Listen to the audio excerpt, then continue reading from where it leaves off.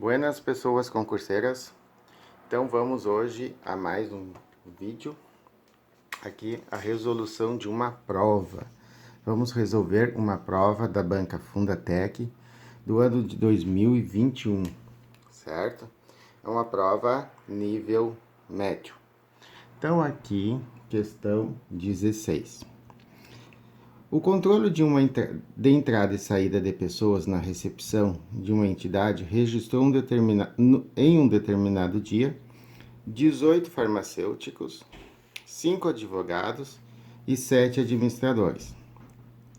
A probabilidade de escolher aleatoriamente um desses visitantes e ele ser advogado é.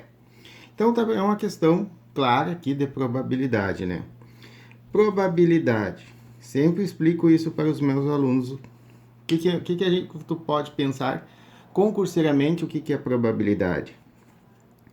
O que eu quero dividido por tudo o que pode acontecer. Certo? Então aqui, ó, o que eu quero? Eu quero escolher advogados. Quantos advogados? Melhor, escolher não. Eu quero escolher aleatoriamente advogados. Então, são 5 advogados. Tudo que pode acontecer. Quantas pessoas eu tenho para escolher? 18 mais 5, 23. Mais 7, 30. Então, eu tenho 30 pessoas para escolher. Então, olha só. O que eu quero? 5 advogados. Tudo que pode acontecer, eu escolher entre 30 pessoas. Simplificando por 5 essa fração, nós temos 5 dividido por 5, 1. 30 dividido por 5, 6. 1 sexto. Beleza, não tem um sexto aqui, mas tem porcentagem. O que a gente faz? Existem muitas maneiras de se fazer. Uma delas, ó, eu vou pegar o 1 e vou dividir por 6. 1 não dá para dividir por 6, então eu acrescento o 0 e o 0, no resultado. Dá por 1. 1 vezes 6, 6. 10 menos 6, 4. Não tenho que baixar, acrescento o 0. Como já acrescentei a vírgula no resultado, continua a divisão. Deixa eu colocar um pouquinho mais para cima. Vai dar por 6. 6 vezes 6, 36. 40 menos 36, 4. Ou seja, vai dar 1,66 infinitamente. Então, aqui, ó, essa probabilidade, ela vai ser igual a 0,166 infinitamente, ó, 6.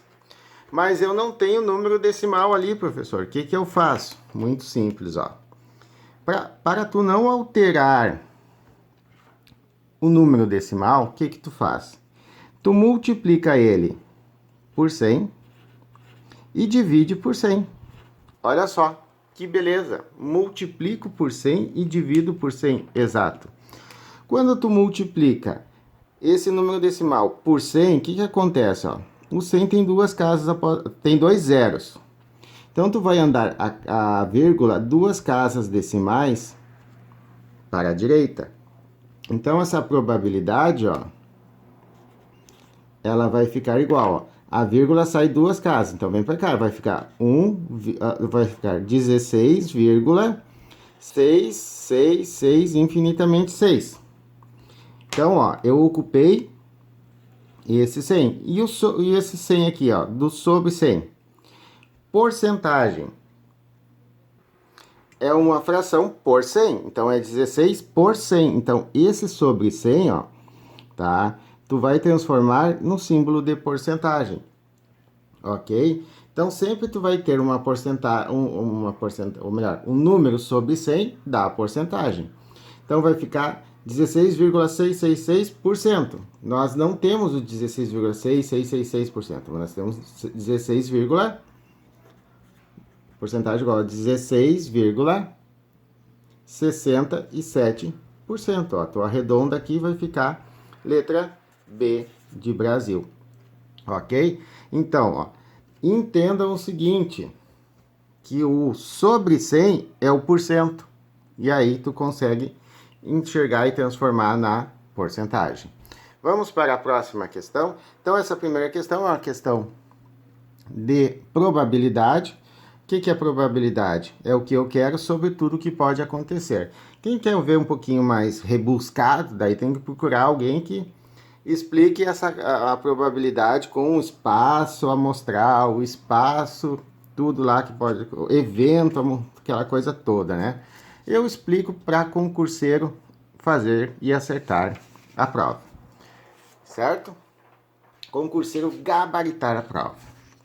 Então vamos para a próxima questão, questão de número 17 desta prova aqui.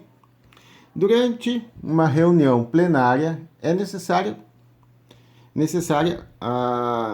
uma equipe formada por exatamente um secretário. Então, olha só, um secretário, ok? Um segurança,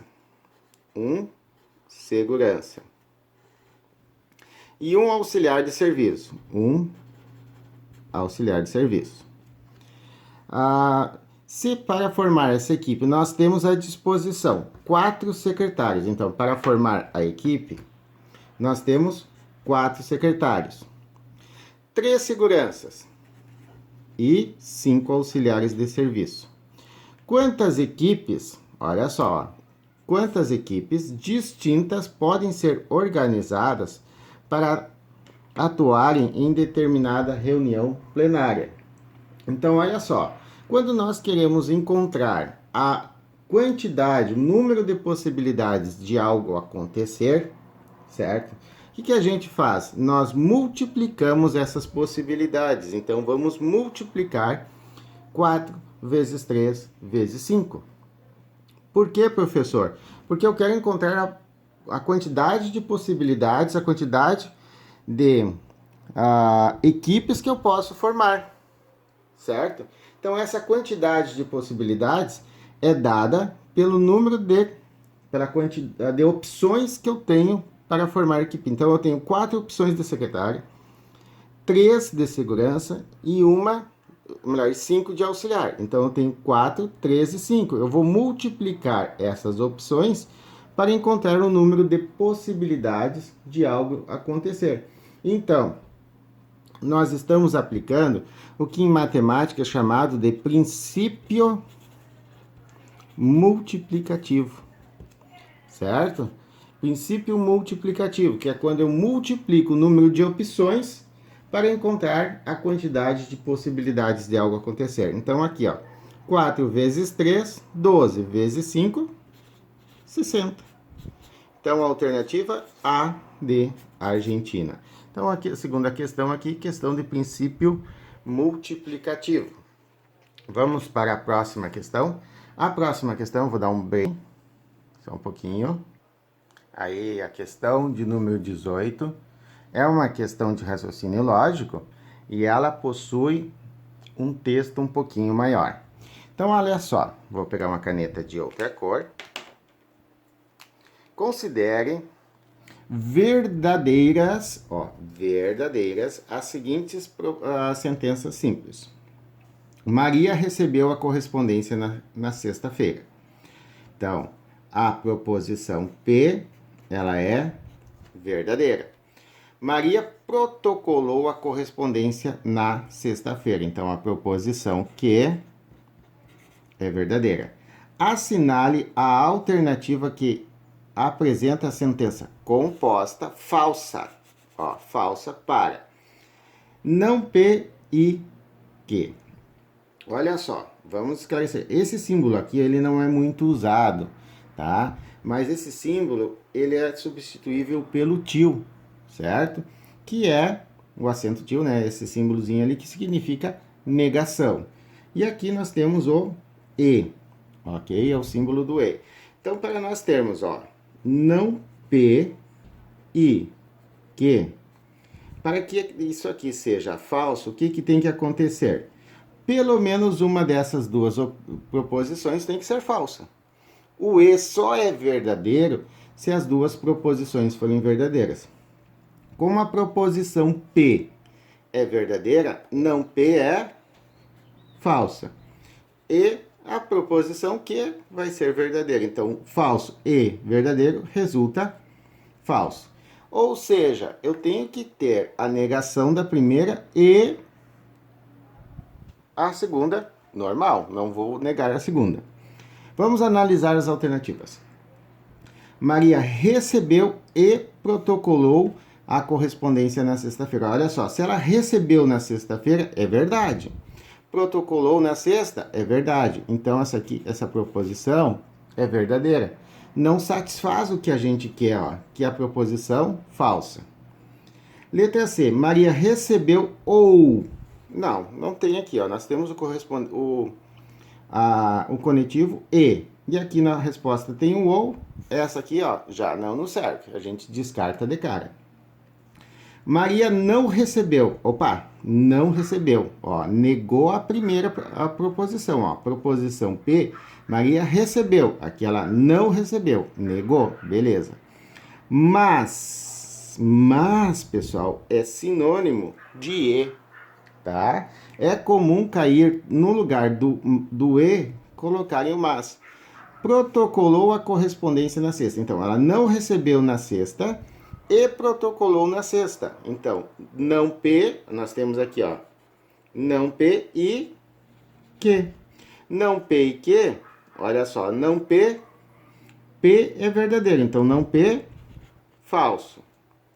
Certo? E o que? O que é protocolou na sexta. Então, é verdadeiro. Aqui nós temos uma proposição falsa. Então, letra C de Canadá. Letra D, se então, né? Se então, ó. Aqui tá pedindo, ó, conectivo e. E aqui apareceu condicional. Se, então, condicional, certo, pessoal? Então, não nos serve.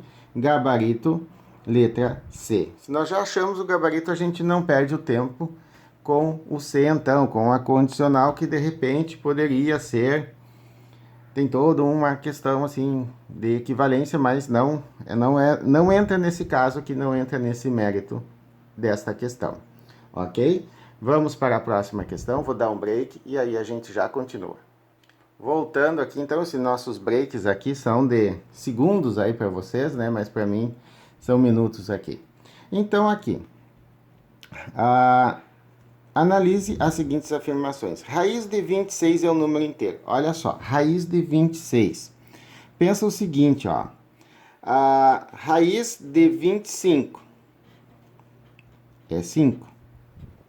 Raiz de 26 é maior que 25. Então, vai ser igual, a 5, alguma coisa. E o número inteiro é aqui que nem o número 5. Tá? O 5 é o número inteiro, não tem vírgula, não tem fração, não tem nada, certo? Não tem parte quebrada, não tem parte decimal. E raiz de 26, ele vai ter uma parte decimal. Então, raiz de 26 é o número inteiro, é uma proposição falsa. Menos 3, aqui, ó, deu problema. Ao quadrado, tá? Aqui não é 2, tá? É menos 3 ao quadrado. É o número natural, olha só. Menos 3 elevado ao quadrado é igual negativo elevado no expoente par, resultado positivo. 3 elevado ao quadrado, 9. Mais 9, tu pode escrever como 9, que é um número natural. Então, verdade. Essa daqui, ó, é verdadeira. Menos 3 ao quadrado resulta, né, um número natural. Aqui temos um problema. 7... Deu um probleminha na impressão. Terços é um número racional. Olha só, é 7 terços ali, o professor racionou. Então, 7 terços, ó. 7 terços. Eu vou pegar os 7 terços e vou dividir por 3, tá? Então, nós temos ali, ó, 7 terços. É igual. Temos que verificar se ele é um número racional. Eu divido ele por 3. E aí, vamos ver o que vamos encontrar, ó. Vai dar por 2. 2 vezes 3, 6. 7 menos 6, 1. Não tenho que baixar. Acrescento o 0 e a vírgula. Vai dar por 3. 3 vezes 3, 9. Sobra 1. Ou seja, dá para te ver que vai dar 2,333 infinitamente 3. E esse 2,333 aqui infinito é uma dízima periódica, certo?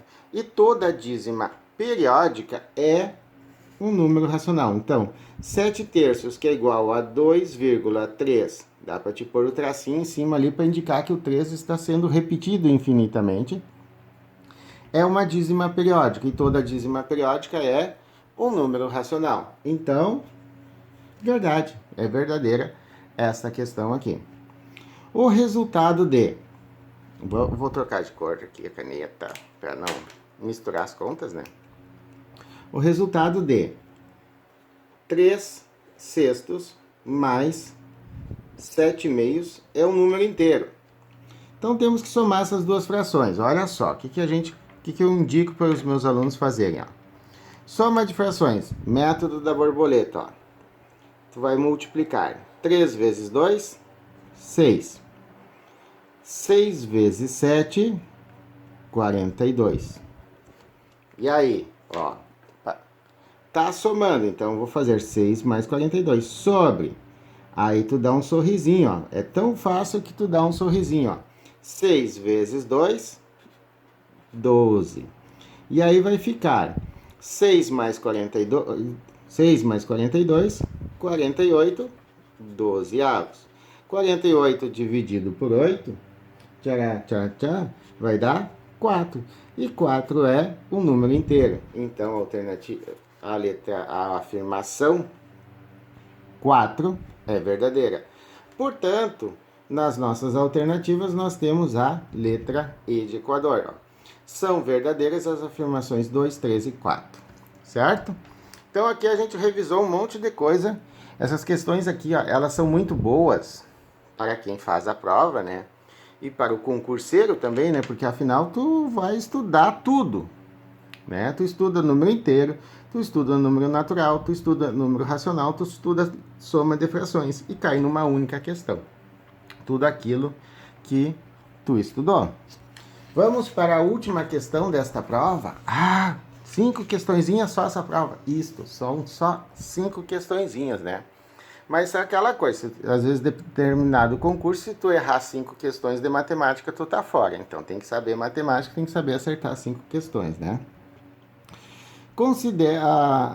Considerando os conjuntos A, formado por 22, 23, 24, 25, 26. B, 2, 3, 4, 5 e 6. C, 1, 2, 3, 4, 5, 6. E D, 22, 32, 42, 52, 62. É correto afirmar que o resultado da operação entre os conjuntos da alternativa. Muito bem. Olha só, nós temos aqui B união C, A união B, C intersecção D, A intersecção D e B intersecção C. Ou seja, nós temos operações de conjuntos, né? São questões aí que é um conteúdo que sempre está nos editais, que às vezes cai, às vezes não cai, aquela coisa assim, né? Então, é importante estudar e é importante saber resolver esse tipo de questão, porque quando cai, tu acerta. Então, aqui, ó, união. O que é a operação união? União, pessoal, a gente diz o seguinte, ó, junta tudo, tá? Quando tu faz a união de dois conjuntos, de 3 conjuntos, tu vai juntar todos os elementos dele. Então, B união C, ó, tu vai pegar todos os elementos do B e todos os elementos do C e vai juntar num só conjunto. Só que aqui a alternativa dá o 6. Não tá juntando todos os elementos, né? Tá colocando um elemento único, um conjunto unitário como união. Então, B união C, descarta, certo? Porque a união junta todos, junta tudo. Todos os elementos são juntados num único conjunto. Letra B, A união B vazio. Ó, conjunto A mais o conjunto B. Os elementos dos dois conjuntos, se tu juntar, dá um monte de elementos. Não é vazio. Então, cai fora. Veja só, tu não resolveu nada. Só de tu saber que união junta tudo, tu eliminou 2 alternativas. C, C intersecção D, ó, intersecção são os elementos comuns aos conjuntos, tá? De uma maneira bem simples, são os elementos comuns aos conjuntos. Então, ó, C intersecção D, ó, C intersecção D. O C e o D, olha só, tem o 1, não tem no melhor, o 1 está no C, não está no D. O 2 e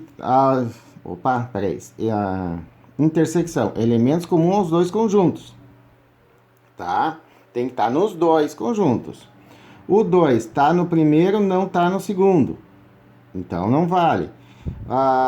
O C tá só no, o 3 tá no conjunto C, não tá no D. O 4 também não, o 5 também não, o 6 também não. Então aqui, ó, seria vazio, tá? Esse símbolo aqui é vazio, então não nos serve. A intersecção D, o elemento 22, ó. Então o conjunto D tá aqui, ó. Vou colocar aqui, ó, conjunto D, tá? Já devia ter colocado, né? Temos, ó, 22, 22. Tá ali um elemento comum, beleza? 23 no A, não tem 23 no B, D. 24 no A, não tem 24 no D. 25 não tem lá, 26 não tem lá também. Então, certo. A intersecção D, ó, 22. Certo? A alternativa D de Dinamarca. Ok? A letra E, por descargo de consciência, B intersecção C, ó. Então, olha só, o conjunto B tem o 2 aqui e o 2 ali, ó. Tem o 3 aqui e o 3 ali. O 4, 4, 5, 5, 6, 6. Olha só os elementos comuns que tem. Então, ó, B intersecção C seria, na real, né, formado pelo 2, 3, 4, 5 e 6. Certo? Então, a intersecção são os elementos comuns aos conjuntos. E assim, pessoal, nós encerramos essa prova. É uma prova que tinha 5 questões, uma prova da Banca Fundatec, deste ano de 2021, ok? Uma prova bastante recente, nível médio, ok? E que não é das mais cabeludas, né? Não é das mais difíceis. Então, muito obrigado. Peçam. Gostaria que, se gostaram do vídeo, clica no curtir, te inscreve no canal e vamos lá, vamos seguir estudando.